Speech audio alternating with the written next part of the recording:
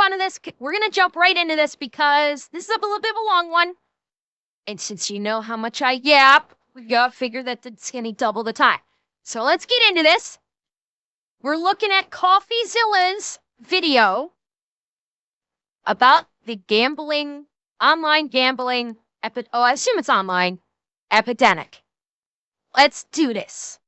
Gambling has changed. It used to be you'd lose your money on slots in Vegas, but today, not only can you do that, you can also bet on your favorite sports team, on the opening coin toss, on this individual pitch, or on all three in a parlay. You can do it from your phone, your tablet, your Apple Watch. You don't just have to gamble on sports, you can gamble on esports, on video game items, on slots with those items. You can do it in Roblox, or on regular stocks, on meme stocks, gamble with calls, gamble on earning calls, gamble on calls with earning calls. You can gamble on political events, world events. You can bet if Zelensky's going to wear a suit before July, if Jerome Powell's going to say inflation 50 or 60 times in September. And you don't just have to gamble on that. You can gamble on crypto coins, Trump coin, Dogecoin, Fartcoin. You can gamble on the champion of Fartcoin coin, and you can gamble on any of the posts the champion of Fartcoin has ever made on whether they will become popular or not. Fuck me. Okay. I knew that gambling had exploded in terms of what you could gamble on. Holy shit. This is like, and we've only just started. This is going to go out of fucking control. Already, I can already tell this is going to go out of fucking control. And if none of that's your cup of tea, you can also just gamble directly within your banking app on a game of roulette, like a gentleman. And don't even get me started on the ads. You turn on sports, esports, podcasts. Not even my favorite political show is safe. Shout out to Prize Picks, the best app to find sports in the game. God, yeah, like, I hate to say it. Even the unsub boys do sponsorships of gambling. Even the unsub boys. I forget which one which like sports betting thing that they do, but they do sponsorships with it too. Yeah, like gambling is massive fucking business. Absolutely massive. And they are getting like everybody because they are able to throw so much goddamn money at the content creators to do promos for them. They're getting everyone that they fucking can. It's like this is even bigger than, okay. These online gambling with their sponsorships, chat, it's bigger than Raid Shadow Legends. Did I just say that? Yes. It's like 100 times bigger than goddamn Raid Shadow Legends. And that's saying something. Will be bombarded with gambling ads by every famous person you've ever heard of. DraftKings. Sportsbook. DraftKings Sportsbook. Uh-oh. How did we get here? And is it a good thing that we're turning every spare moment of our lives into a game of chance? I'm betting no. He said it. He said the thing. He said bet. Oh, interesting opening. Oh, very interesting opening. Very well, I can't place it. There are three things responsible for gambling becoming more mainstream, but the first and biggest trend is simply the mainstream becoming more like gambling. See, Silicon Valley learned a decade ago that gambling mechanics are incredibly good for user retention, so they put them everywhere. Let's say you're shopping online. Yep. Well, now you can spin a wheel to unlock prizes. Or if you're playing video games, you can open a loot box, get some randomized items. You can even use those items as virtual currency. My opinion, the loot box gambling in video games preceded the spin the wheel on websites. I strongly suspect that like shopping corporations saw the success of loot boxes in video games, particularly the mobile video games, and they said, oh, we should add that to our websites. Yeah, but Brevin, I'm thinking more of like the spin the wheel thing that we saw that was in a lot of mobile games. Because I think the mobile game, like gambling, is what really caused the corporations to start inserting the roulette wheel or the Wheel of Fortune type wheel into their websites and say, hey, spin the wheel and you can get like a discount or something. And I think that stemmed from, I think the idea came from mobile games because corporations saw how successful they were in mobile games and went, oh, we can integrate that into our business. In a casino we've made a 3-part series about, or maybe you don't have a problem with loot boxes for adults, but we've also put them in kids' video games because, gotta start them young. Roblox is the largest game for minors, and they are stuffed with randomized loot boxes. But even if that's fine for you, what about the third-party websites which, against TOS, allow full gambling based on a kid's game? And yes, there are actual kids gambling on these apps. So not only is Roblox protecting, fostering, and basically giving safe spaces to pedophiles, they're also cool with kids gambling. Like, why? Whoa! Rabiax! How dare you do this right in front of my fully gassed up and hungry wood chipper? Not a smart move. Right, I just won a bit of profit there. I had 200 Robux. No, I had 200 Robux in profit, 100 Robux in profit, but I lost them. But I had 50 Robux and I lost it, and I thought I got 50 Robux again. So on this, mine's on a Robux World, what I'm gonna do is buy 40 crates now. No, not 40 crates, but like 44 crates. That looks good. Oh my god! Let's go. What the fuck? What? And how much money was that he just spent? Let's go. We're in profit. Let's go. It is. Oh, wait. How much money did he just spend? Like, snap of a finger like that. Like, what the fuck?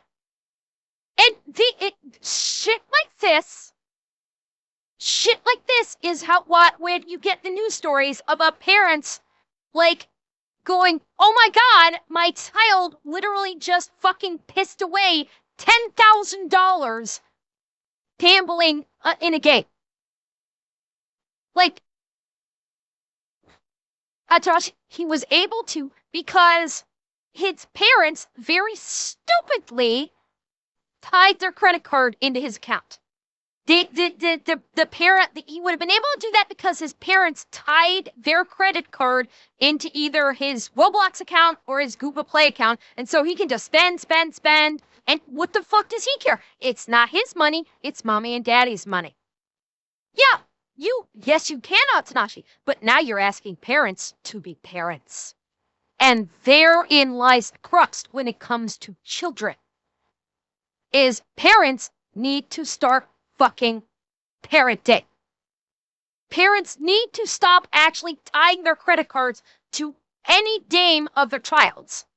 Do not tie a credit card to it whatsoever.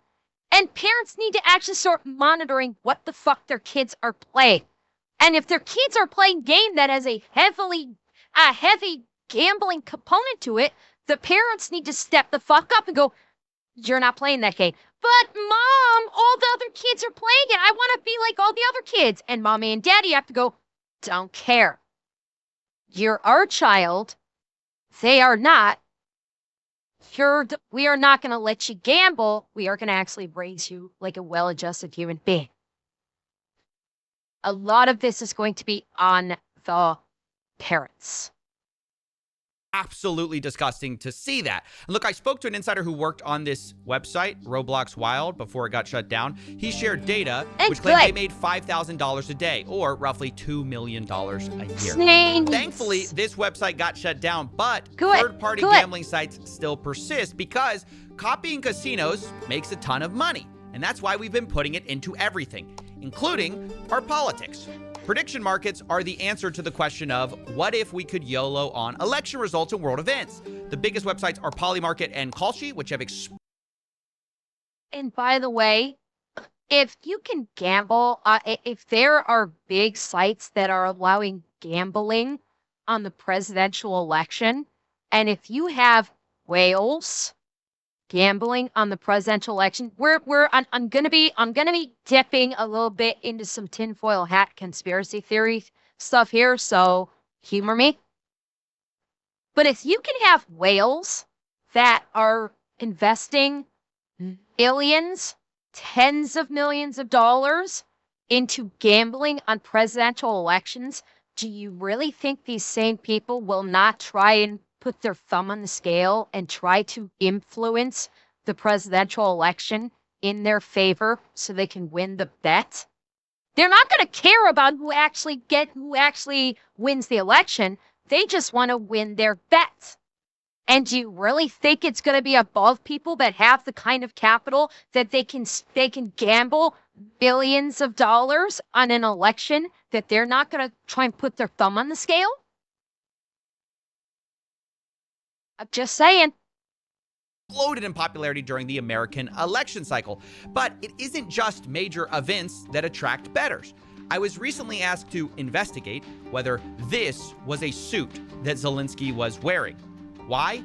Well, the prediction market had bet $200 million in betting volume on this bet. And some of them were really mad that they decided, no, this is not a suit, I guess. Whether you think it is or not, the volume of betting here is insane. And one reason for that is because these companies are exploiting loopholes that allow betting even in states where normal gambling is illegal. Because these companies say they're not a casino, so they don't fall under the same rules, which is why instead of having to be 21, you can now gamble at 18 on prediction markets. And while there have been legal challenges to this, both of the major companies, Kalshi and Polymarket, have recently brought on the president's son as an advisor.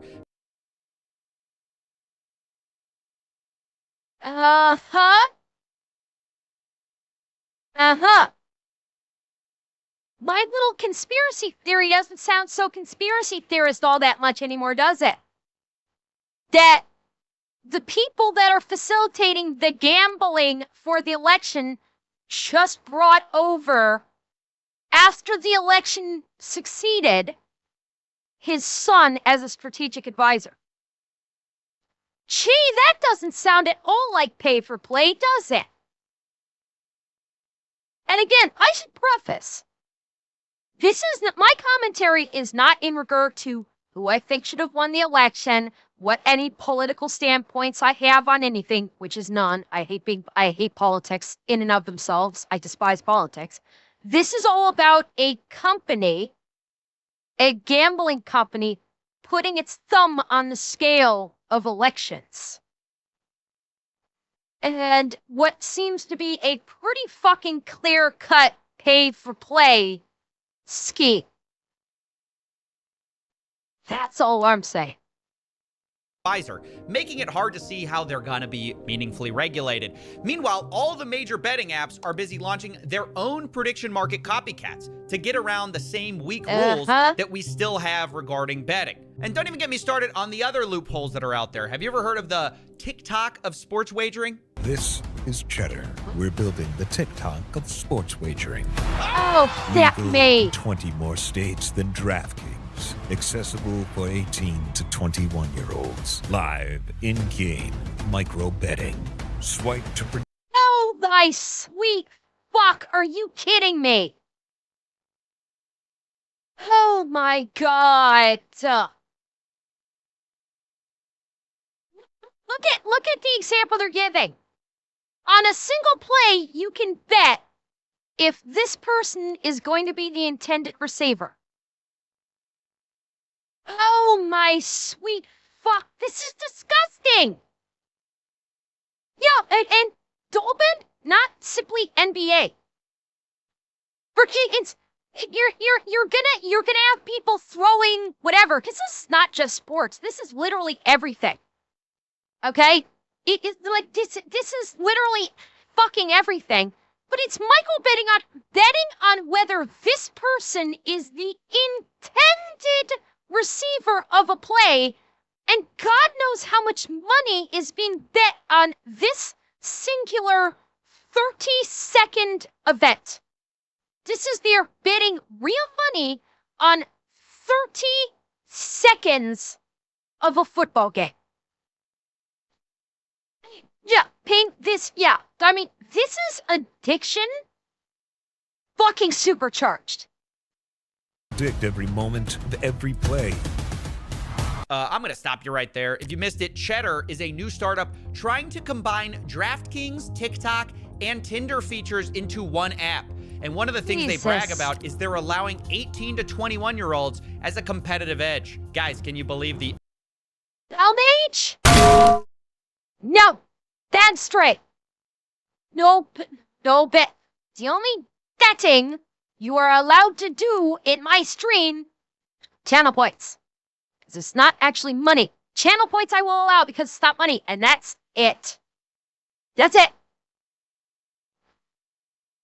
untapped market of teenagers for gambling? Now, to be fair, Cheddar has not launched yet, but this is obviously the future we're heading towards, turning everything into a maximally addictive gambling product. It's sports wagering with the pace of a slot machine. Yeah. Isn't that the most dystopian thing you've ever heard? We're trying to turn sports betting yes, into slot machines. I mean, the funny thing is this whole product is built around yet another loophole called a sweepstakes casino, and that's how they get around the 21-year-old age requirement. Here's how it basically works. Sweepstakes casinos claim that you don't actually need to purchase anything to play, so it's kind of not gambling. In fact, you can get free coins to access their games, and they also have a second currency which you can buy. Well, not buy, you get it for free when you buy the worthless coins. For example, their website says if you buy 100 cheddar coins, you get 5 bonus cheddar cash. And that's usually what you can gamble with and redeem for real money. This is actually how Stake US works. If you didn't know, Stake International is one of the world's largest casinos, but they aren't allowed here in the United States. So they have an American arm, which is a sweepstakes casino, which has gold coins and stake cash. One Redditor explains how the loophole really works. Quote, one stake cash is 1 USD. They only use gold coins because they need to say that you aren't gambling with real money to stay open in the US. And by the way, before, and I know people are going to say it. I already know people are going to say it. So let me just head this off at the pass right now. People are going to say, well, Kick works off of gambling. Yes, Kick does have gambling streams. Yes, they do. Okay, I don't deny that. But it's also not all that Kick is. And on the same breath, I will also remind everybody, Twitch has gambling streams. Okay, people love to point out, oh, Kick is just a gambling platform. It's not. There's gambling streams that do occur on Kick, sure. Just like there are gambling streams that occur on Twitch.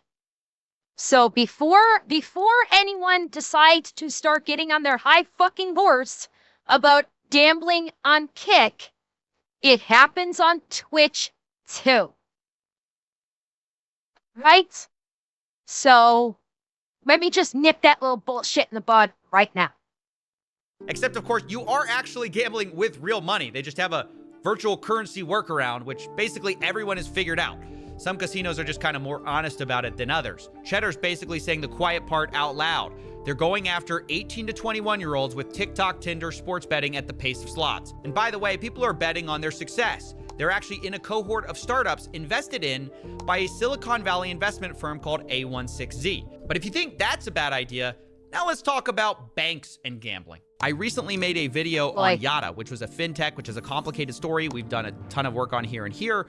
But basically, the original pitch was a no-lose lottery, which gamified savings. Lots of YouTubers work with them, and they acted like a bank, at least at first, until they switched their new business model to be about allowing you to gamble inside the app and lose money, essentially becoming a casino within what is essentially a bank account.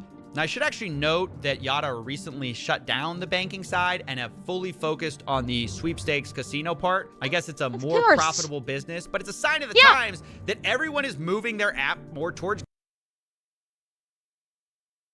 Atanashi, what did you do?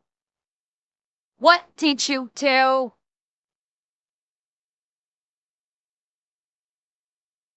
Hold up. Goddamn! Really? You did that for how many times I will say the G word in the Damn it.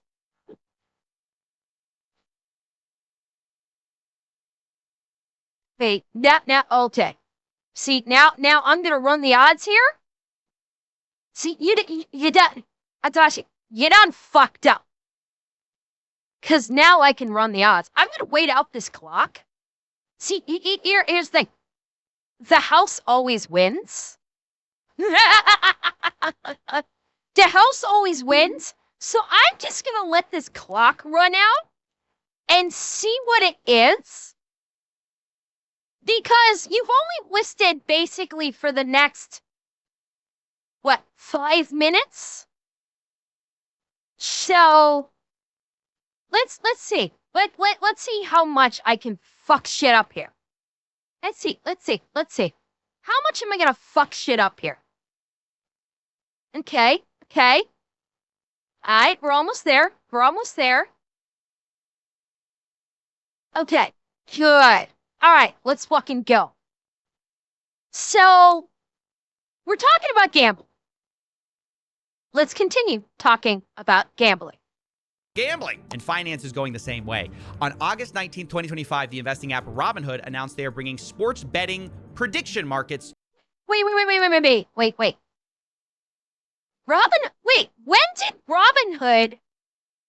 When the hell did Robinhood become a gambling thing? I always thought that Robinhood was like stocks. I felt like, well, okay, Seb, not in the strictest sense of the word. Like, I thought that Robinhood was like day trading.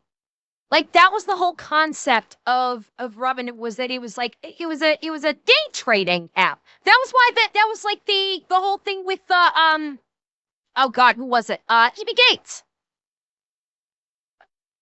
Like, when did they change to doing gambling?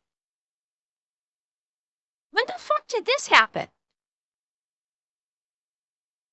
I don't know. Wait. Oh, did it, Atsunashi? Nice. Nice. Robinhood has a prediction market, but I got rejected because my income and portfolio didn't match for some reason. Interesting, Big Samoa. Huh. To their app. In the announcement, the vice president of Robinhood claimed sports betting was a, quote, no-brainer, as we aim to make Robinhood a one-stop shop for all your investing and trading needs, aka... Wait. Slow down. Investing and when the fuck did investing and trading include Damba? When the fuck did that include gambling? What? Hey, we noticed people were leaving to other apps. We don't like that. We'd like you to... Well, okay, yes, Atsunashi, agreed. Day trading has always been something of gambling. I agree. I do agree, but not in the strictest sense of the word. There's a difference between saying, like, it's like I've said the same thing about, like, crypto. Like, crypto is, like, stocks 2.0, and stocks, like, with day trading, is, like, gambling. It is. I've said this before. But there is a tangible difference between day trading itself and doing actual gambling. There is a difference.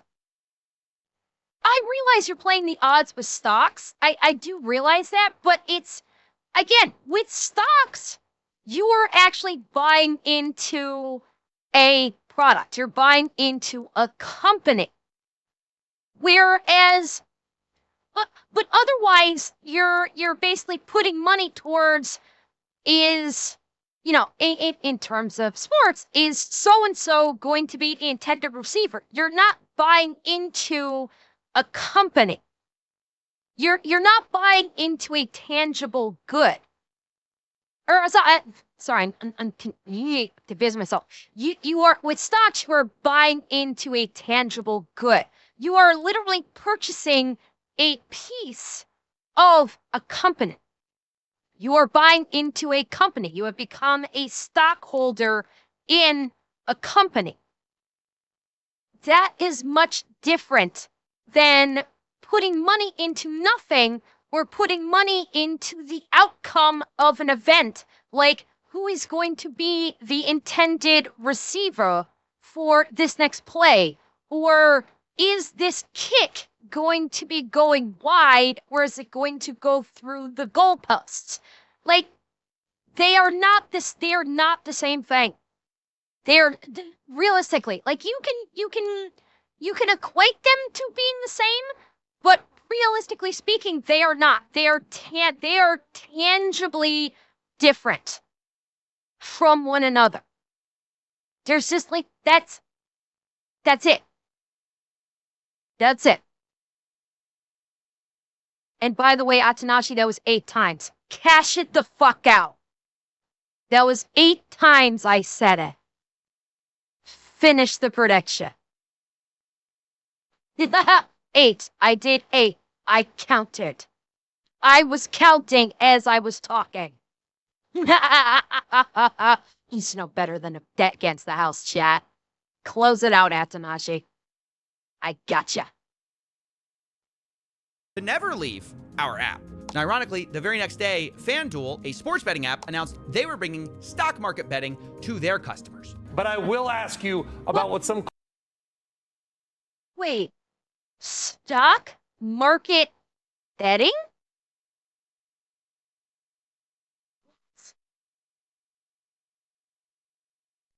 called the gamification of markets. Why this move? Why FanDuel? Why now? For us to have a partner like FanDuel and be able to have 14 million accounts on day one, I'm not becoming a casino, contrary to popular opinion. I didn't buy a casino. These are markets that will be offered to the general public, and we think is massively exciting of what it could do. And you couldn't have a more perfect image of how finance is embracing the casinos and vice versa. Actually, correction, you can have a more perfect image because after I wrote this, the New York Stock Exchange's owner invested $2 billion into Polymarket. So actually, this is the perfect image of where we are. And a result is a lot of young people now see the stock market as kind of more like a betting market. The most popular group on Reddit is Personal Finance with about 21 million followers. In second place, Wall Street Bets, where gambling on the stock market is embraced and celebrated. It grew the most during the meme stock craze of 2020, which shifted how some people thought about investing. Instead of being driven by earnings, prices, or fundamentals, people gambled on memes, attention. Yeah, with Nux Guy, actually, this is... I could see this being the new housing market bubble. I could easily see this turning into the new housing market bubble from 2007. The way this is going, we're going to be seeing trillions of dollars being pumped into this stock market gambling like this, and when it blows, we are going to have a crash just like 2007. Whoa, and I'm not looking forward to that. I am not. Oh, Sanix, I know. Like the crash of 2007 was felt worldwide. Like that crash took like a decade or like a decade plus to recover from. And we're seeing a repeat of this. Valmage, excellent question. I don't know. Don't look into it. All right? Flood your money. Like, keep your money safe in the banks because the banks are insured by FDIC. Don't, like, the Big Short, Atsunashi. That's, oh, wait, you're making a funny. Never mind. Sorry. Over my head. Yeah. It's...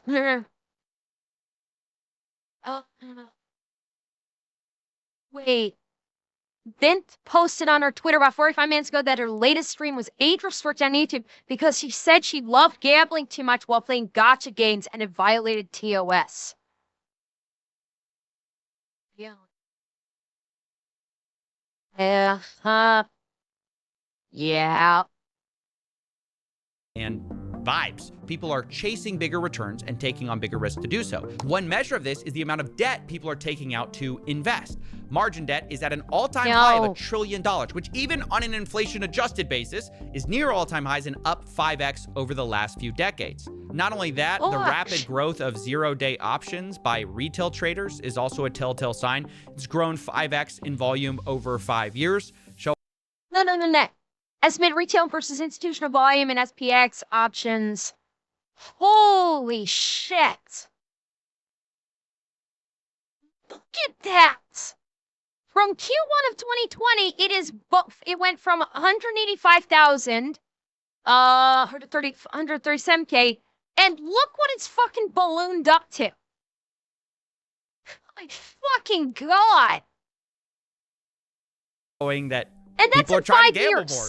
Zero-day options are the stock trader equivalent of red or black at the casino. Fast action, massive wins or losses on a single day. But if the stock market is America's casino, then meme coins are basically the back alley bookie who will break your legs. Bigger price swings, faster action. Meme coins are even more degenerate than meme stocks and pump and dump usually within a single God, how mage, that makes me wonder how many people were betting on the EBT? How much money that moved around from gambling on if EBT would be shut down on November 1st. Well, because you know that was something. Yeah, you know for a fact that there was wages being put on that. Day. Among the people who trade these, Pump.fun is the leading destination as the one-click launchpad. Oh, this brings back memories. How many of you know about Pump.fun? In respect to what I'm thinking about this. Pump.fun is the meme coin that Boogie used to do a rug pull. The meme coin the rug pull meme coin that Boogie promoted, it was his coin, was done via Pump.fun. Anyone can make a meme coin in seconds, and there is no value in it other than the expectation that someone might be more foolish than you and buy at a higher price than you did. And of course, Pump.fun is happy to take a cut and make most of the money. Most traders will lose, but now you can also get a cut if you're a content creator who pushes one of these coins. We've seen the same thing from launchpads like Meteora. They allow creators to have a split of some of the trading fees, and it kind of democratizes the grift. Now, anyone can farm their followers and fans for money. You don't have to be particular. We saw that. Where jackass dumbass launched a meme coin and fucking rug pulled it. No giggle fingers, I will bonk the fuck out of you if you even hint about creating a meme coin in my name. Do not. I want nothing to do with the crypto market at all. I avoid the crypto market like the fucking plague. I am saying here and now, if there is ever a coin done in my name, I am not a part of it. I am not involved in any way, shape, or form. I fucking hate the crypto market. I will never be involved in the crypto market. No coin. I will never do a coin. No coin. If a coin is ever done in my name, it is against my wishes. I am no, just fucking not. Sophisticated, and that's actually how Trump made millions of dollars in fees with Trump meme coin without ever selling. He just farmed the fees. And to be clear, this money doesn't magically appear. It's being siphoned away from regular people who mostly lose. It creates a sad ecosystem where most creators are racing to the bottom for attention to get their audiences to pump their worthless coins, leading to a predictable spiral where most are scamming, rage baiting, or otherwise trying to shock each other into becoming the biggest grift of the day. Hi. Cups got drained. Thanks for the 20 bandos. It's ripping. What? If you've ever heard... Coffee, why did you put 2 fucking Nazi videos in there?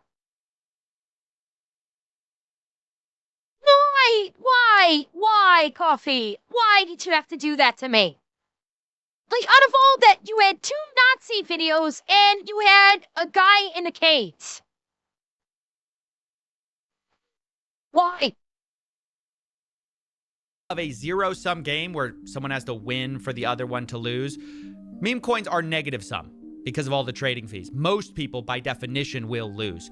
The real winner, of course, is Pump.Fun and people pushing it. According to one analysis, they've generated revenues of over $800 million for themselves, while almost none of the traders have made significant profits. According to one analysis, 0.4% of all traders will ever make over $10,000. So almost no one. And look, the reason we're going through all of this is to explain the many ways that gambling is no longer just about slots, cards, brick and mortar casinos. We've injected it into every conceivable aspect of our lives, and that has 2 effects. One, it's inescapable. You cannot avoid gambling by avoiding Vegas anymore. It's literally everywhere. Which actually brings up an interesting question for me. Why hasn't Vegas been making noise about this? Think about this. If gambling is being injected into fucking everything on the internet, on PC, on mobile, on tablet, literally fucking everywhere. Okay, Vegas may be in on it to a small degree. The casinos themselves are not. The people back in Vegas, casinos back in the apps. Yeah, but why haven't we heard from the casinos? Because if people are gambling, if people could just sit on their ass on the couch and gamble on their computer or gamble on their phones or on their tablets, why are they going to go visit a casino? Like, not when I was saying Vegas, I don't mean Vegas as a city. I'm not referring to Vegas as a city. I'm talking about the casinos.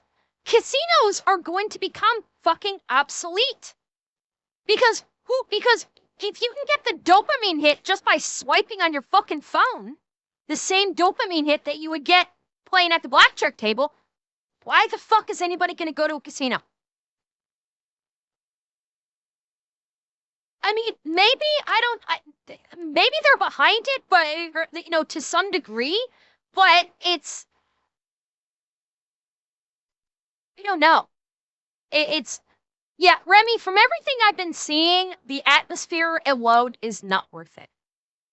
The quote-unquote atmosphere of the Las Vegas casinos ain't worth it anymore. It's not.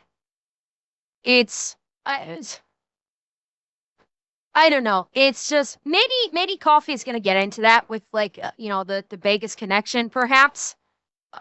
We'll see. And then 2, it's also harder to understand and study because most researchers are studying casinos, sports betting, but so much of gambling is not that anymore. So as we get to the numbers of this stuff, remember, everything's going to be an undercount.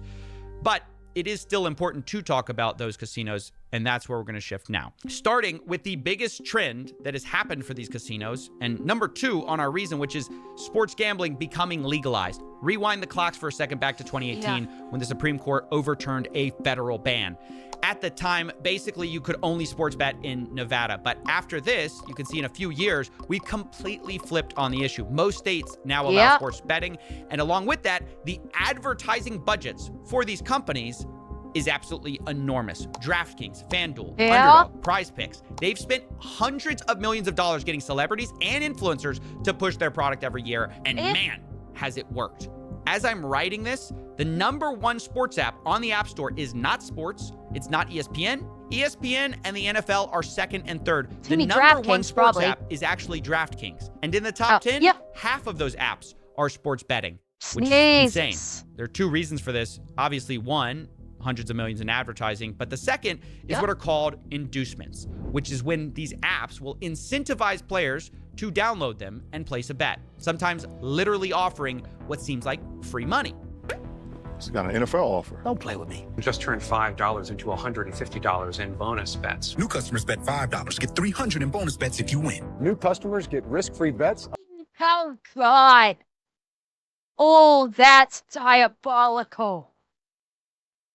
That is fucking diabolical. Yeah, bet $5 and you'll get $300 in bonus bets if you win. Huh? By the way, of course they do that gambling problem. Call 1-800-GAMBLER if you have a gambling problem. Because, yeah, their whole goal is to turn the entire fucking country into one big gambling problem. $300 in bonus bets if you win. New customers get risk-free bets up to $2,000. Now look, the reason casinos do this is kind of obvious. If they can make you place one bet, they're more likely to place the second, third, and 100. Yep. But even setting aside the fine print of these weird offers, does it not strike anyone else as weird that we're allowing Oh yeah, well, we talked about this at the top of this episode, is that we're seeing so many content creators that take sponsorships, DraftKings and that other betting one, I forget what the hell it was. So many YouTubers are taking on DraftKings as sponsors because DraftKings can throw a fuck ton of money at these content creators to get them to do, Prize Picks. Thank you, Bacon. Yes. DraftKings and Prize Picks are throwing fucking hundreds of thousands of dollars at these YouTubers to do a 20, 30-second promo on their channel because they can afford to. And these YouTubers are, they a lot of the ones in particular, these YouTubers are their content is of a degree that typically speaking they're probably demonetized. And so they have to take sponsorships in order to be able to earn a living purchasing their YouTube videos. And so that's why you see all of these YouTubers doing various different sponsorships during the streams. When we do Caleb React, we see he's got 4 or 5 different sponsor plugs during the course of his during his show. We've got Scott does a couple different sponsors. Unsub has multiple sponsors that they do during their podcasts, and all of them. It's why SDI is mentioned. It's why Silencer Shop is mentioned in every video these days. It's this is how these YouTubers make money because more often than not, their videos are getting demonetized by YouTube when they post them. So to make up for that shortfall of not having the YouTube ad revenue, they've got to take on the sponsorships. And DraftKings and Prize Picks have a fuck ton of money that they can throw at all of these content creators. They can tell them, look, we're going to give you $10,000, $20,000 for a 20-second sponsorship spot in your YouTube video. And because this is how these YouTubers make their money, because YouTube is so fucking tight-assed about what they will monetize, this is how they make their living. They've got to take these sponsorships. And right now, Prize Picks and DraftKings are the fucking whales of the sponsorship group. the fine print of these weird offers, does it not strike anyone else as weird that we're allowing gambling companies to give away free stuff? Imagine the cigarette industry told you, buy your first pack, get 50 free packs free to get you started. Imagine Budweiser said, shotgun one, they'll send you a case for fun. It's insane. And yet, that's exactly what these sports betting apps are doing. It's the lifeblood of... I got to point out, if Budweiser did this, Newfoundland would bankrupt them inside a week. If Budweiser said, shotgun a beer and we're going to send you a case, the province of Newfoundland would fucking bankrupt Budweiser in a week. Suffice to say, Newfoundlanders, they do love their beer. They do love their beer. Okay, in Newfoundland, beer is basically currency down the bay or out in the bay. All right? You need help? You need help shingling your roof? Yeah, I'll take a 2-4 for help shingling your roof. Yeah, just give me a 2-4. Yeah, Lorette, I don't disagree, but beer is beer. 3 beer is beer. That's all I gotta say. Well, former Jackson. I'm not in Newfoundland anymore. I used to live in Newfoundland. Yes, I used to live in Newfoundland for a good several years. For fun. It's insane. And yet, that's exactly what these sports betting apps are doing. It's the lifeblood of how they get new players. And once you're in, these apps will also cater to their biggest players, biggest losers, called VIPs. They will send them gifts as they spend their life savings. And there have been multiple lawsuits actually about this. Ooh. And to make it worse, Wait. I want to read those headlines. They spend their life savings. And there have been one woman's fight against VIP schemes fueling the U.S. sports betting boom. You're the biggest multiple loser. lawsuits actually Ex-Jaguars employee Amit Patel sues FanDuel. Ow, okay. About this. And to make it worse, if you do the opposite and you actually win too much on these apps, they will try to limit your betting, as one investigation found. If you show any real ability to effectively handicap a game and beat the sportsbook, they will limit your bets and essentially kick you out of the sportsbook. They will not let you win. Can you talk to me a little bit about how sportsbooks treat you once you start winning? They don't want to accept your bets. Yeah, it turns out the casinos actually hate the exact player that's featured in all of their advertisements. The guy who actually wins too much money. Which is actually so crooked when you think about it, that if you're one of the few people who achieves what they're promoting, they actually don't want you. Now, as I was writing this story... Well, okay, is anyone shocked by this? Is anyone surprised by this whatsoever?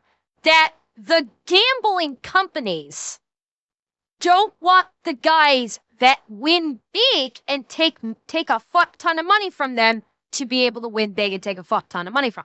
No, they love the dumb fucks who bet stupidly and lose again and again and again and again and again and keep shuffling money into the house. Is anyone surprised by this? No. That's why you should be fucking gambling. Another massive scandal actually broke in the sports betting world, which is even more corrupt than not allowing winners. But as you now know, individuals such as Chauncey Billups, Damon Jones, and Terry Rozier were taken into custody today. Former, current NBA players and coaches. What you don't know is that this is an illegal gambling operation and sports rigging operation that spanned the course of years. That's right. The FBI just exposed a massive sports rigging scheme that was using these apps to win money on rigged basketball games. Again, is anyone surprised? Anyone surprised by this? You could see this coming a fucking mile away. And by the way, this is a tale as old as time. Okay? Like rigging sports gambling has been a thing forever. Literally, this has been a thing forever. We have heard about this like for decades, maybe even centuries, where people will, they will take the fall, they will throw the game for the purposes of gambling. This is like, yeah, it's like big news now. It's big news with this current event, but the act in and of itself is not anything new and has been done forever. It's just this one was a major NBA thing, and so, you don't often hear about shit like this happening in major sports. I mean, Gallant Fuzz, you're referencing Pete Rose. Absolutely correct. Pete Rose, I think, granted, I don't keep up on sports. I'm not a sports person. But Pete Rose might have been, before this current one, Pete Rose might have been the biggest sports gambling, what's the word I'm looking for? Like insider gambling, major insider gambling thing. So, before the current one. That, like, the Pete Rose one was the last big major league sports gambling scheme.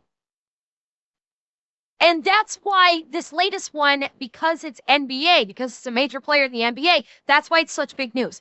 Like throwing fights, throwing games, etc., in a more minor sense, like boxing or more like college games or whatever. Yeah, that's happened plenty times, but it's not as big because it's minor. It's not like a major day. But this is like an NBA player and coach, and so it is a major sports franchise, and that's why it's making such huge news. But this kind of thing has been happening forever and a day. Conga, I don't know about the Mike Tyson Jake Paul fight. Maybe that was rigged. Fuck if I know. It's Mike Tyson is like that whole fight was just Jake Paul has made a career out of fighting washed up boxers. He's made a literal fucking career of doing that. So I take that with a grain of salt. One example of this was March 23rd, 2023, when an NBA player, Terry Rozier, told a friend ahead of time that he was going to go out early on a foot injury. And so that night, $200,000 in bets were placed on his underperformance because no one else knew that he was injured. And a few minutes after Terry kind of limping around, he left the game and the bets paid off. A few days later, Terry Rozier and his friend allegedly counted the money at his house from the fraudulent wagering scheme. And this was one of several rigged games the FBI alleged, but the media was quick to point out this isn't even the first time someone was caught doing something like this. Jonte Porter, who played for the Toronto Raptors, has already pled guilty. He's already pled guilty. He's awaiting sentencing for doing just what Rozier and Jones are accused of. So this train has already left the station, Laura. And I have to tell you, when Jeff Teague, NBA player, says, oh, there's betting everywhere, it is everywhere. I've done ads for DraftKings. LeBron James has done ads for DraftKings. In fact, ESPN, when they were reporting this story this morning, they're having programming, people talking just like you and me, talking about this scandal on the press conference the FBI was giving. And underneath them on the ticker was an ad for ESPN Bet, which is ESPN's own sportsbook. Yeah. You fucking kidding me? Yeah, it's fucking everywhere.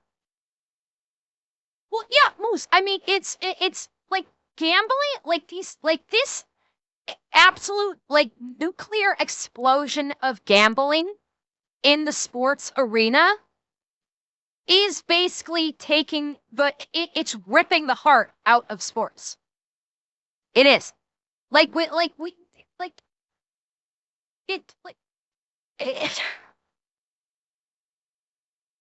There's the spirit of sporting events is died because of the massive amount of gambling. Because now it's no longer about I want my favorite team to win. It's now I need my favorite team to win because I fucking bet my mortgage payment on it. And yeah, it's taking the heart out of sporting events. The irony of all of this is that the same people who condemn illegal betting going on are simultaneously pushing the sports books which create the opportunity. And at some point, the producers on ESPN actually noticed it. And see if you can spot the moment they try to fix the sportsbook ad in the corner. You hear a lot about legal sports gambling on this show. The Bussin' Boys, obviously sports gambling is a huge part of what you do, so we put those all out there as a preamble because it might be in the back of people's minds, and we acknowledge that this is a different time and place. However, there is a fine line, not so fine. There is a bold line that obviously has to be drawn. Well, that's a little awkward. You're actually supposed to remove the ad for sports betting before talking about sports rigging. And honestly, we've only hit the tip of the iceberg here because we've since learned these professional leagues are useless at catching this stuff. Turns out the NBA already investigated Terry Rozier before the FBI indictment. Yeah, what do you want to bet? They're actually all in on it too. What do you want to bet that each of these, like the various sports administrations, NBA, NFL, MLB, oh yeah, exactly, Magnus, they're all in on it. Every single one of them has invested into this gambling arena. 100%. They probably have invested millions. I would not doubt that they have invested billions into these gambling franchises. For that exact game, and they cleared him because the NBA commissioner said there was insufficient evidence. Ultimately concluded that there was insufficient evidence despite that.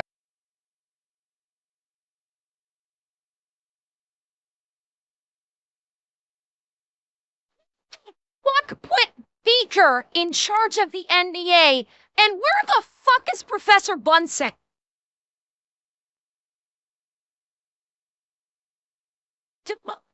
Seriously, is anyone else seeing it? Is anyone else seeing it, or am I crazy? He looks like either Baker or fucking Nosferatu. Like, pick one. That aberrational behavior to move forward. Right. So even with Judge Duke, aberrational Judge activity, Duke, Baumate, they that had too. the right game, the right guy, and the NBA couldn't find enough evidence. I mean, the more money that goes into sports betting, the more this will be a problem, and the leagues are clearly not equipped to handle it. But people just look the other way. No. The leagues don't want to handle it. Let's get this fucking straight.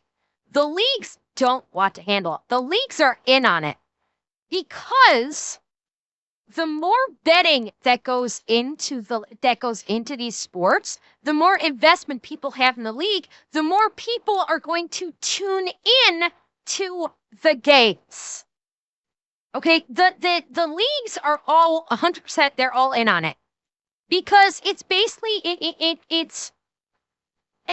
they're feeding one another. The sports leagues are feeding the betting pools, and the betting pools are feeding the sports leagues, because when people bet on the betting pools, they tune into the sports games, and then the sports games make money from attendance. They'll make money from attendance at the live event. They'll make money from ad revenue from people tuning in, or they'll make revenue from people buying the streaming packages so they can tune in. They're feeding one another. So it is not about, oh, they're just not equipped with it. No, they're all fucking in. They're probably invested monetarily in these the top gambling apps. They probably have an investment in them because they know that when people use these sports gambling, they're going to put eyeballs on the game, because now when people bet on the game, they're now invested in the game, so they're going to tune into, or they're going to attend the games to basically watch to see if their bet pays. Because the money's too good. And I want to now address the size of these betting markets, because they're absolutely enormous in ways most people don't understand. And to get our heads around it, we're going to look at some... Yes, Atanashi. Yes. How many of you know about that? How many of you know about the Women's Basketball League and the bets on the dildo? How many of you guys know about that? With the Women's Basketball League was derided as being a shit show. And then one day, someone threw like a purple dildo onto the court. And it got a big laugh. Like the first time somebody threw, someone threw, or it was a green, yeah. Someone threw a green dildo onto the court. It got a laugh. The players got all pissy about it. Like, what are you doing? You're interrupting the game. Wait. But then it happened a second time. And then it happened a third time. And then all of a sudden, bets started flowing in. Bets started flying in. When's the next time the dildo's going to get thrown? What color is the dildo going to be? And so not only did you have money going into the betting pool regarding the dildo, but you also had more eyeballs tuning into the NBA or the WNBA to see if a dildo was going to get thrown. What color was it? Is it going to hit another player? Etc., etc. Bearing in mind that the WNBA was considered a laughingstock. Like, it only gained attention because the players were pissing and moaning about the fact that nobody took them seriously, and I think they were bitching about money and something like that. No, Fishies, yeah, no, I realize it is. That was the only thing people knew about it for, and that caused the dildo event. But now that there's because of the dildo event, now people started betting on it. And because money got involved, now all of a sudden people put eyeballs onto it because they wanted to know if their bet was going to pay off. See what I'm saying? Survey numbers. One study estimates that 22% of all Americans and almost half of men my age have an online sports betting account. Another estimates that 1 in 4 people have... Well, Zeb, to that respect of why are women playing basketball being treated like crap and think it's okay? That's a whole different discussion. That's not the discussion at play here. The discussion at play here is the event in question, how it led to the betting, and how said betting led to more money being injected into the betting pools, and how more eyeballs got onto the WNBA in the first place. Why the ladies of the WNBA are being treated like crap, that is an entirely different discussion, not one we're talking about today. My age have an online sports betting account. Another estimates that 1 in 4 people have placed a bet on sports, and 1 in 5 have placed a bet in the last year. Like with all surveys, there's margins of error here, but the data mostly agrees. Sports betting is very widespread and extremely popular among young men. And for the ones who get addicted, it's financially devastating. One recent study looked at Americans' finances before and after sports betting was legalized by their state. They found that bankruptcy rates rise approximately 10% after legalization. Wow. Another paper looked at financial stability, noting that for households that do bet, they spend on average about $720 a year sports betting. And the study found that for every dollar someone deposits for betting, there's a reduction in net investments of just under $1. As people gamble more, they invest less, which means their financial future is worse. Makes sense.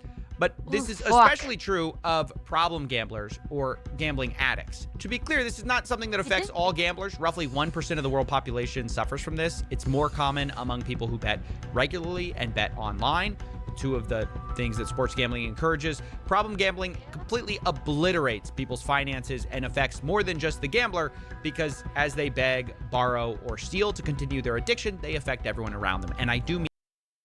Yeah, and we saw that.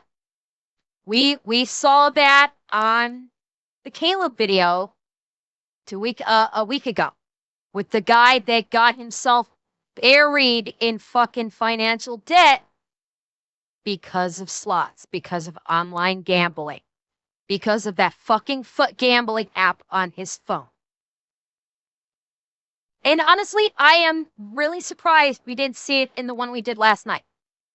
I am legitimately surprised we didn't see a gambling problem for the guy that we saw on his show last night. I was fully expecting that too. Yes, Moose. Correct. The guy that was $160,000 in debt, and a big chunk of that was from gambling. Steal. Roughly half of gambling addicts will commit a crime, and most of those crimes are to continue gambling, often leading to a spiral where the addict doesn't see a way out, which is why problem gambling has one of the highest suicide rates of any substance addictions. Full stop. Oh, man. I don't get it. You know none of this matters, right? Yeah. You've tried this before with Roobet, CS2, and it did nothing. Yep. No, literally, I mean nothing. Absolute silence. All the moralizing, the anti-gambling, you're wasting your time. Yeah. Oh, Coffee. No, Coffee, don't give up. Let me tell you a story. A year ago, I was offered $20,000 to do a video by Casino. Now, I said no and made a whole series about it, but what I didn't tell you is that later I was offered $1 million to cover my legal fees in an ongoing case. Now, this was offered by a person who said they wanted to remain anonymous, no strings attached, very nice person. They said they wanted to just help out. Sounds great. But then I found out the money was coming from a sports betting company. They were one of the top people, and that's obviously a dilemma for me. I am publicly against gambling, and here this person's kind of privately telling me, well, gambling can pretty much solve all my problems. Pay my legal fees, they're telling me, oh, their company's regulated. Wait, legal fees. Wait. Was this was this in reference to the Jake Paul? Or wait, was it Logan Paul? The Logan Paul lawsuit. Yeah, is that what this is? Because I do believe that he got sued when Coffee, I'm guessing this is the Logan Paul thing, and when Coffee did a story about Logan Paul's CryptoZoo rug pull, Logan sued him. Logan Paul sued Coffeezilla for his story about CryptoZoo. I'm guessing, and the crazy thing is the lawsuit that Logan Paul was dealing with in regards to the crypto zoo, he just recently won that. The latest one for Crypto Zoo, Logan Paul, I believe, won his lawsuit. Like he won his defense. He was getting heat when Logan was being sued for something involving Crypto Zoo, and he actually won his lawsuit recently. Yeah. It's fine. It's above board. Ultimately, I had to say no. Thank you for the offer, but, you know, in my head, there's no such thing as $1 million, no strings attached. And, you know, Coffee obviously, is I one, also I believe. can't Yes, take no $1 shadow. million from a sports betting company and then go make a video criticizing sports betting. But it gave me pause and kind of gave me an aha moment that I was missing before, where I started to understand exactly how screwed we are. And this goes into our third reason gambling is winning. The casual way these casinos can throw around life-changing money for any normal person is why the data will never fix this. It's why having enough sad facts about addicts or interviewing people whose lives were ruined will not change things. Believe me, I've done it, and it's never moved the needle. To be honest, it's not even debatable that gambling is kind of bad for most people and life-destroying for a few. Even the industry kind of admits that. But the reason gambling is everywhere in spite of that is there is too much money in the game benefiting the people that make the final decisions, right? Think about the states with tax revenue, the casino profits, the influencer payouts. There's a small group that gambling is incredible for. So incredible, it basically defies. And because there's a small group that gambling is incredible for, particularly with the content creators or quote-unquote influencers, these content creators or influencers started with nothing. There's not the mysterious corporation thing where it's, where it's like a corporation is making hundreds of millions or even billions of dollars. They're just a nameless, faceless corporation. Nobody gives a fuck about them. But you get content creators that literally come from nothing, that they have a small pissant little stream or a small pissant little YouTube channel, and then they get a modicum of a following, and then you have these gambling companies come in and go, hey, we're going to sponsor you with $100 million or $10 million for you to shill for us. And then all of a sudden, overnight, these streamers, these content creators go from nothing to literal millionaires.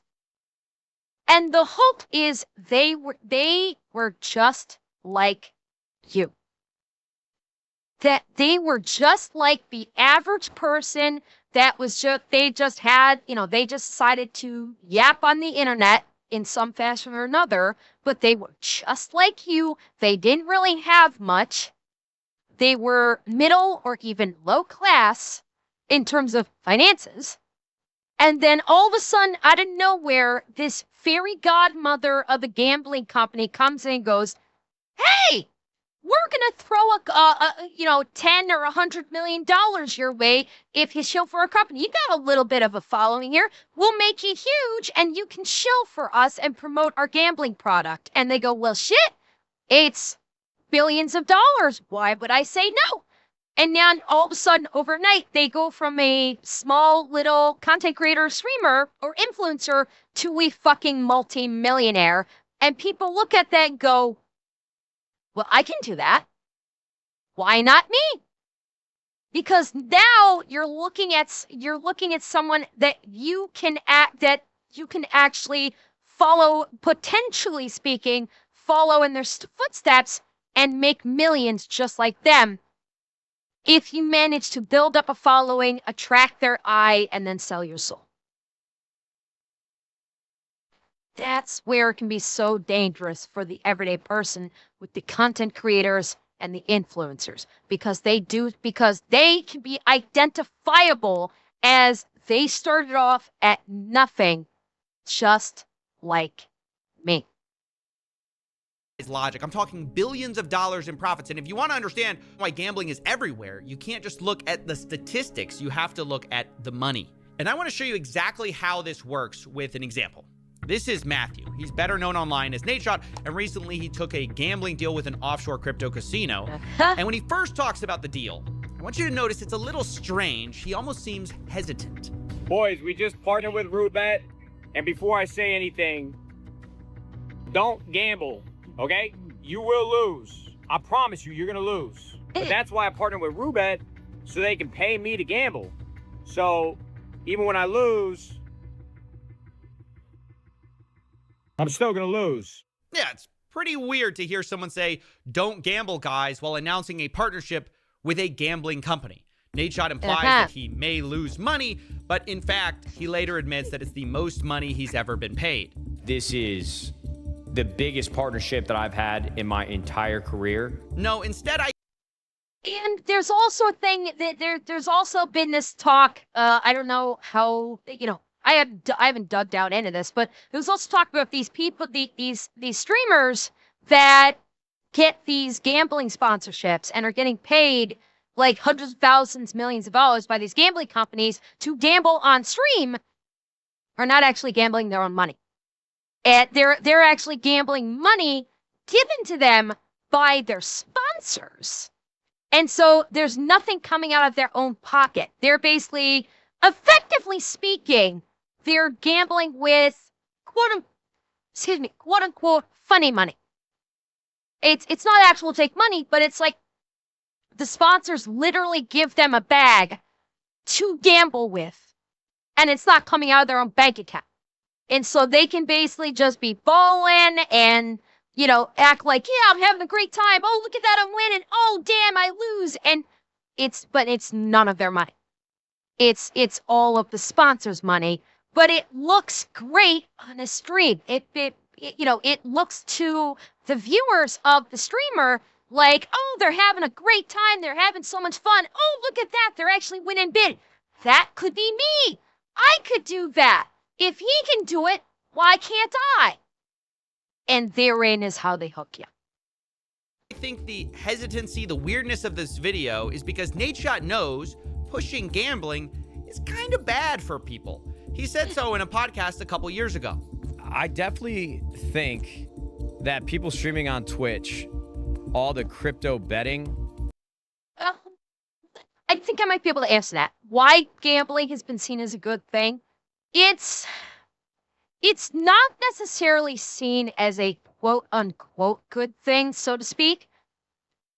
Gambling has often been viewed as something of it's a hail, for more than a few people, I think it's been viewed sort of as a Hail Mary, where if you don't have a lot of money, if you somehow maybe get, hit that you place just the right bet. And it is possible that you might be able to place just the right bet and win big, and all of a sudden your life is fucking changed. So it's not necessarily viewed as a good thing, but it is viewed as something as a potentially life-changing, positively life-changing thing that is often viewed as kind of a Hail Mary also. So that's why, is because it's potentially life-changing for the positive, and there's a chance you, an average, quote-unquote nobody, it can happen too. That's how fucking Vegas used to advertise. Is they're literally, Vegas's slogan used to be, it could happen to you. I.e., you could hit it big in Vegas and make thousands, hundreds of thousands, or even millions of dollars. It could happen to you. And that's the hook. Because technically speaking, it could happen to you. Technically speaking, you could win big. But the odds of it are so severely against you that you are 1,000 times more likely to put yourself into crippling financial debt than to win even modestly. And that's what they don't tell you. Certainly incentivizes younger kids to be more interested in crypto gambling. I know personally, it is now, by God, it used to be. People that should not have been gambling online, but because it's so easy to gamble with crypto, they did it when they could not afford to do it, and it has not worked out well for them. Right. Nadeshot knows personally it's bad. But for the reason why he's doing it anyways, just fast forward 2 minutes in the podcast and we find out. Because he the gets the host bag. asks, a hypothetical. What if someone offered Nadeshot $100 million to promote gambling? And well, let's just say his tone changed. I ain't turning down $100 million, bro. You got me. I would. In a heartbeat. If I received an email tomorrow from any gambling company that said, we're going to pay you $100 million to promote gambling, no hesitation, I'd say fuck off. Without hesitation. No, I'm on this, Atanashi, no. On this, I do not. No. Tom, no. I will not promote something that has 1,000 times more chance of it harming people because it puts them into crippling financial debt than just to enrich myself. Nope. I won't do it. Well, Ghost, that is you. I don't think badly of you, for saying that, I'd show for anything for $100 million. I respect that. I don't think badly of you at all. Me personally, I won't. I will not. I am not going to show for something that can be harmful to people, like gambling. I don't take, I have had sponsorship offers. I see sponsorship offers in my fucking stream elements all the goddamn time. Oh, we have these sponsors for you. There's all the fucking time. I'm constantly Xing them out. Oh, there's sponsorships. You can do sponsorships. No. And 9 times out of 10, the fucking sponsorships that are coming through my stream elements are goddamn gambling gotcha gates. It's all these, the Marvel Strike, where it encourages you to spend money to buy packs and, AFK Army or something, where you buy, you could buy tokens to, et cetera, et cetera. I X out every one of them. No fucking interest. None whatsoever. Because number one, I won't do sponsorship because fucking no one's telling me how I'm running my stream. That's number one. Number one, this is my goddamn stream. I am the fucking boss. I am the fucking goddess of this stream. I will run it the way I want to run it, and nobody no corporation is going to tell me how I'm going to run my fucking stream. Number two, I'm not going to basically take on money from someone to shill out for something that can harm another person. You guys say everyone's got a price. For me, it's not about price. It's about my fucking integrity. I am not going to take part. I am not going to be a party of a group that shills out, or I'm not going to shill for anything that is harmful to others in any way, shape, or form. I won't do it. Like with the gambling. I know how fucking devastating gambling can be. I know it. I've seen it. I will never involve myself with that. I will not do anything to push a product or a service onto someone else that can be harmful in one way or another. The money does not fucking matter. I'm financially speaking, I am very comfortable and I'm happy. Being comfortable is perfectly fine for me. I don't need to be $100,000 heir or a fucking millionaire. I don't need it. It will not bring me any enjoyment. I'm comfortable as is, and I'm happy with that. I am more than happy with that. So they do not have any leverage over me oh, we'll give you $100 million. Cool. Shove it up your ass. I'm not going to show gambling for anybody. I stream for you guys. I stream so you guys can have fun, so you can share in my tears, so you can share in my rage, so you can share in my laughter. And that's why I stream. You guys have been amazing in the support you've given me. And that's enough for me. That is more than enough for me. I don't need to make hundreds of thousands of dollars every year. I don't need to make millions of dollars every year. I don't. I am happier doing this than probably I have been for a large chunk of my life. And that's just me talking and yapping with you guys, watching videos, crying, laughing, raging, whatever. It's more than enough for me. I'm happy doing this. It's what streaming has been one of the happiest times in my life. I don't need hundreds of thousands or millions of dollars to enjoy it. That's it. It's as simple as that, honestly. Brother, I'll go on there and I will crypto gamble 24/7, dude. At that point, man, it's the parents' fault. Hey, I'm just working over here. See? There it is. He just said exactly why I would never do this. Listen again. Dude, at that point, man, it's the parents' fault. Hey, I'm just no compunction about chilling out gambling to get kids addicted to gambling. Oh, at that point, it's the parents' fucking fault. I'm not going to take any responsibility for basically encouraging children to gamble.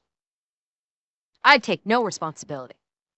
He is correct that there is some parental responsibility, but at the same time, you're literally saying that you will market yourself to children to gamble. And then say, oh, it's all on the parents. Like, I may be like putting myself out there to children and hyping things up for children to gamble, but it's on the parents to make sure that they don't. Like, it's a two-way fucking street here. Yeah, the parents need to make sure that they know what the fuck their kids are doing online, but when you're marketing yourself directly to children to gamble, you share some of that responsibility. working over here. You're going to pay me more than LeBron? Brother, I would be lighting up, cash on fire, gambling crypto. I would sell my soul for 100 M's. Are you fucking kidding me, dude? We should clip this. We should send this over to Kate. I won't sleep. I will be your workhorse. You want me to pump blue chews and crypto gambling? I will do it all. You got me fucked up. Them kids, dude. Fuck them kids. Look, There it is. There it is. Yeah. Doesn't fucking care. As long as he gets that bag, he don't care. And here he is sitting here like he's some fucking top G or something like that. It's disgusting. It's absolutely disgusting. And you know what? It's seeing people like this that only makes my conviction to ever do anything like this, no matter how much fucking money they try to throw at me, ever.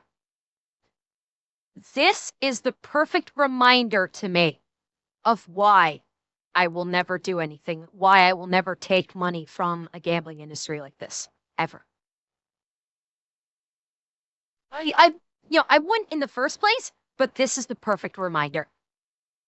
look, I'm just going to say, you can say he's wrong for saying that. He's a bad person for saying that. But the reality is, this is why gambling is winning. The casinos have so much money, they are buying people's souls. Even people who kind of admit gambling's kind of bad. Put enough money on the table. And Nate Shot says, hey, fuck them kids. And by the way, speaking of fucking them kids, let's talk about Drake. W's in the shot. Fuck. It isn't just streamers or influencers taking deals. It's the biggest rapper on the planet.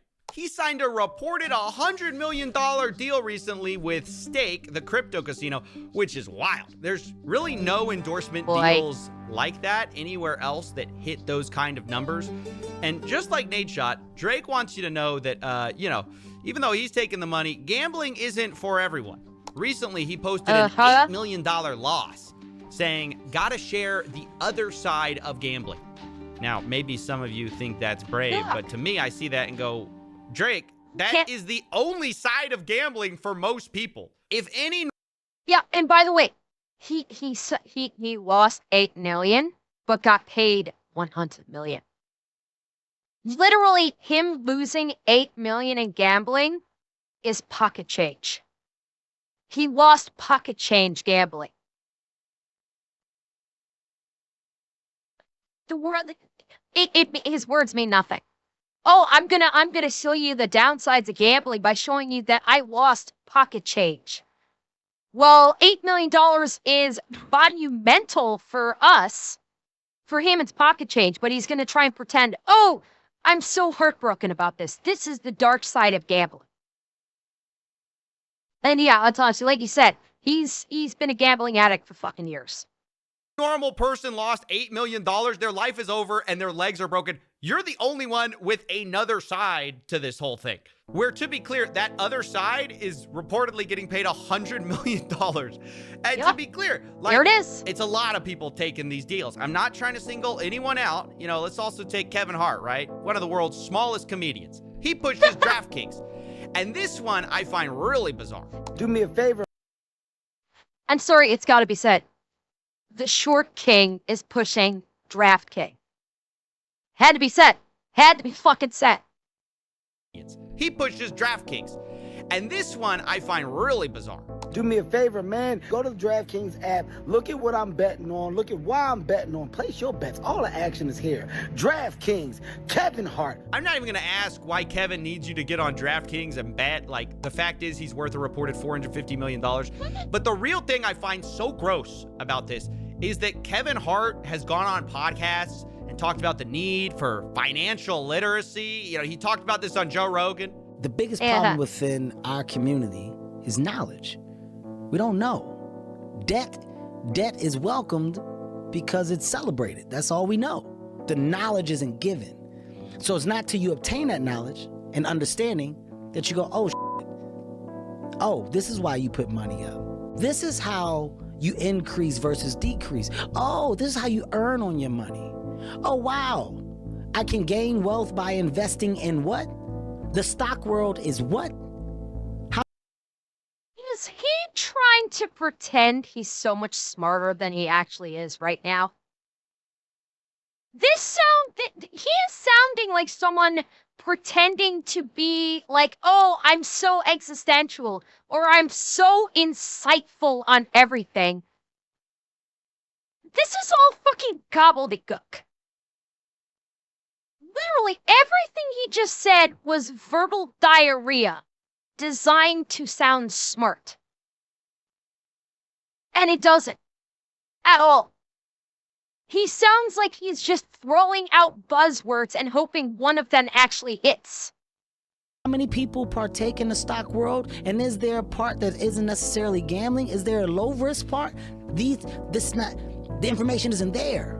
Yeah, Kev, maybe the information isn't there on the stock market part, which isn't gambling, because you're too busy telling them about actual gambling.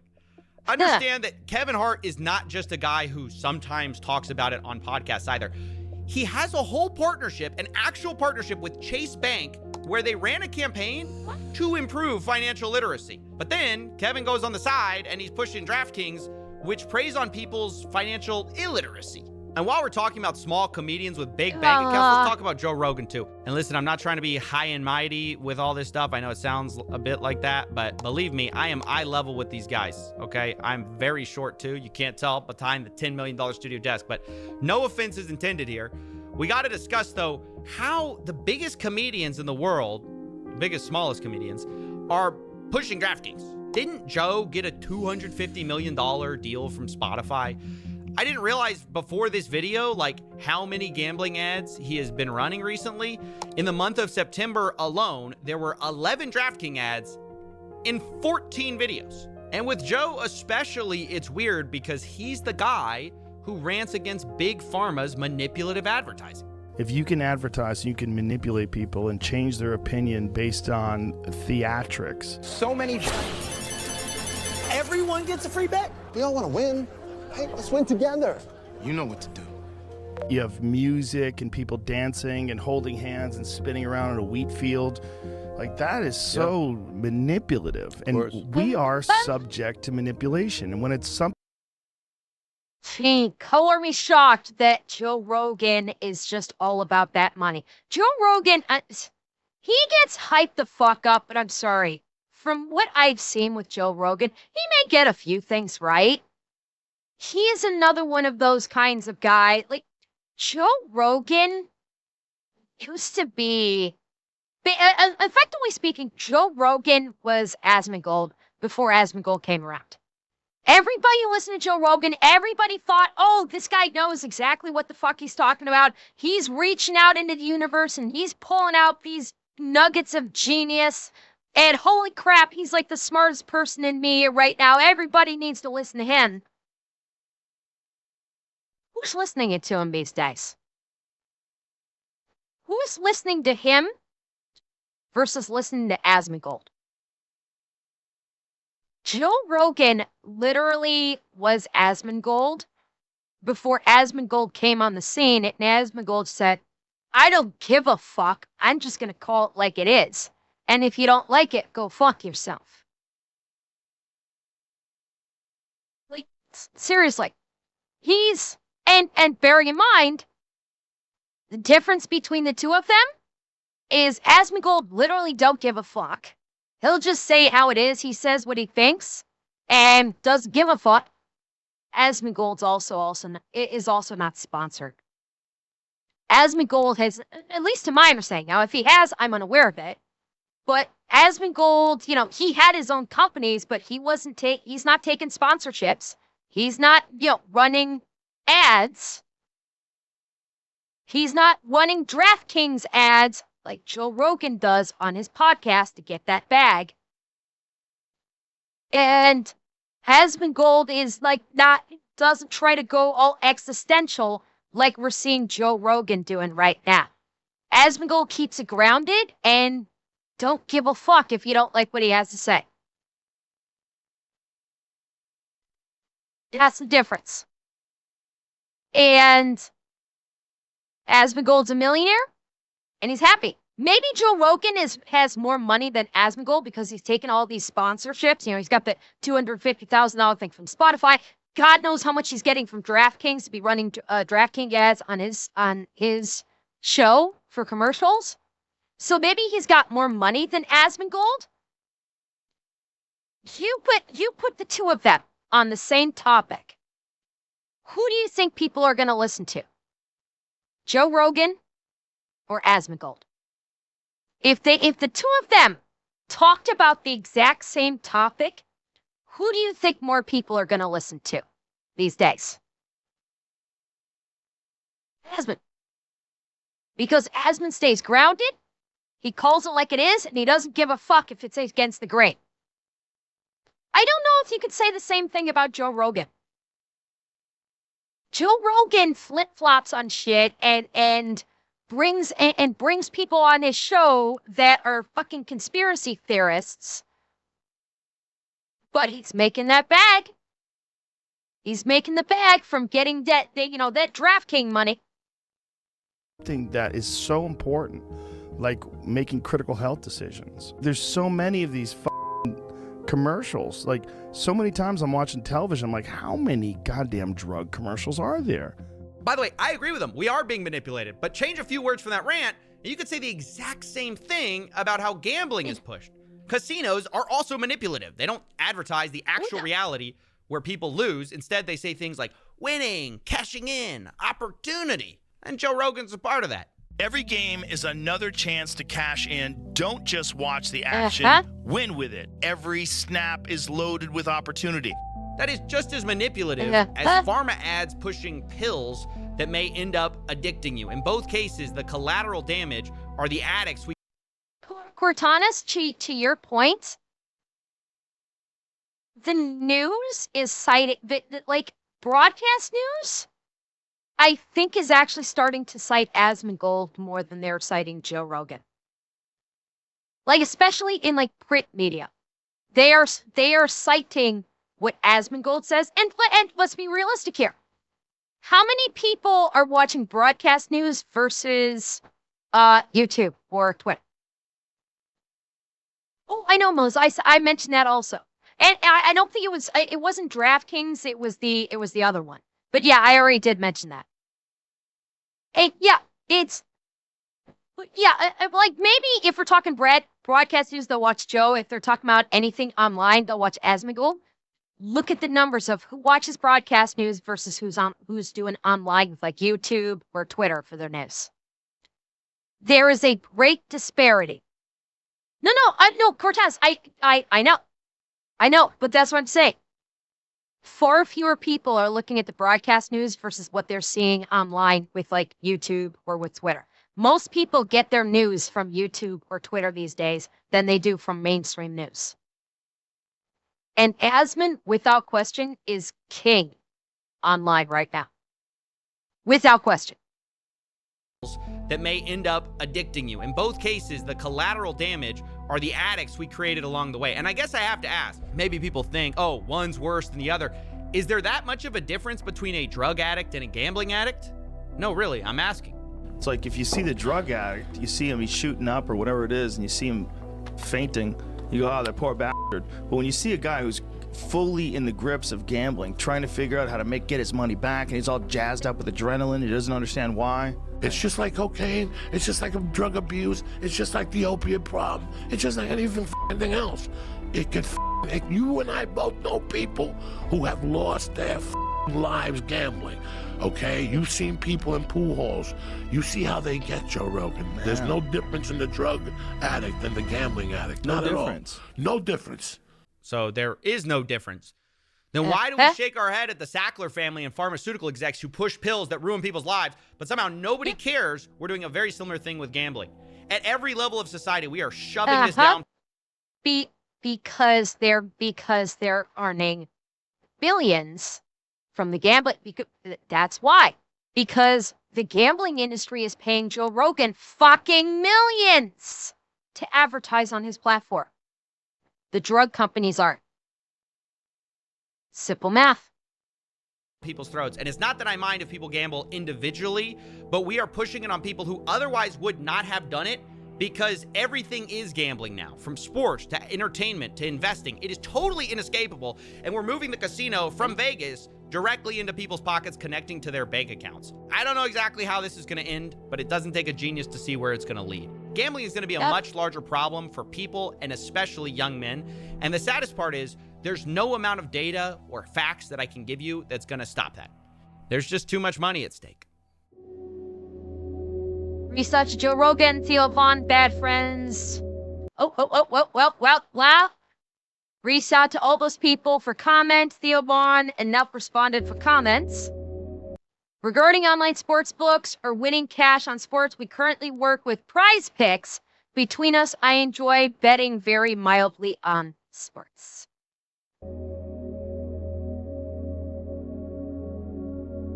Yeah. It makes the games more fun, but I'm also aware the risks it can pose, though probably not very knowledgeable because I haven't had those same exact issues. Yeah, I need that dopamine hit. So, because he needs the dopamine hit of gambling, he now cannot enjoy a sporting event for the purity of the sport. He needs the gambling to actually make it enjoyable. Without the gambling, he doesn't care. Because if there's gambling involved, oh, now I'm invested. If it wasn't for the gambling, he wouldn't fucking care about the sport.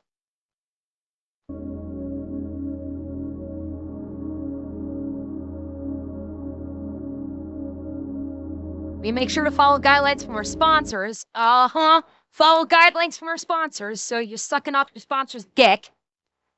Though it's worth being more intentional about emphasizing those risks to listeners. Yeah, follow this right here is why I will never take any sponsor that will try and tell me how to run my stream. That right there. If I was to ever do a sponsor, they would have no say in how I conduct my stream.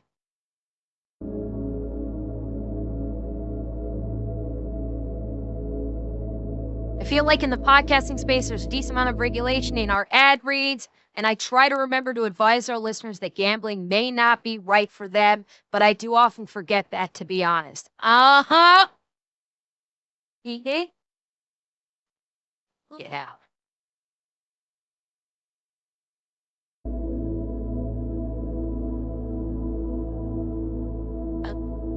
They'll only affiliate themselves with legal platforms like Prize Picks. Uh-huh. Hey, come back to the bar and let me fix you a drink. The weather isn't changing anytime soon. You know, all it would take is basic advertising rules or legislative change to put a stop to half of this stuff. That's the thing. Money makes the world move, Coffee. And the people who write the rules like them just the way they are. Not wrong. Do you really think it's worth all of this, though? Like, just for a little more money? Hey, you said it yourself, didn't you? It's not just a little money. It's a lot more money. If people would sell their soul for $100 million, well, imagine what they do for billions. Yep. You know, maybe it is time for that They drink. take other people's souls. You're gonna tip this time, right?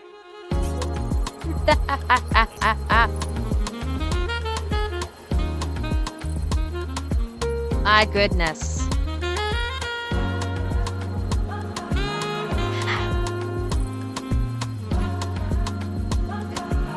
Chats.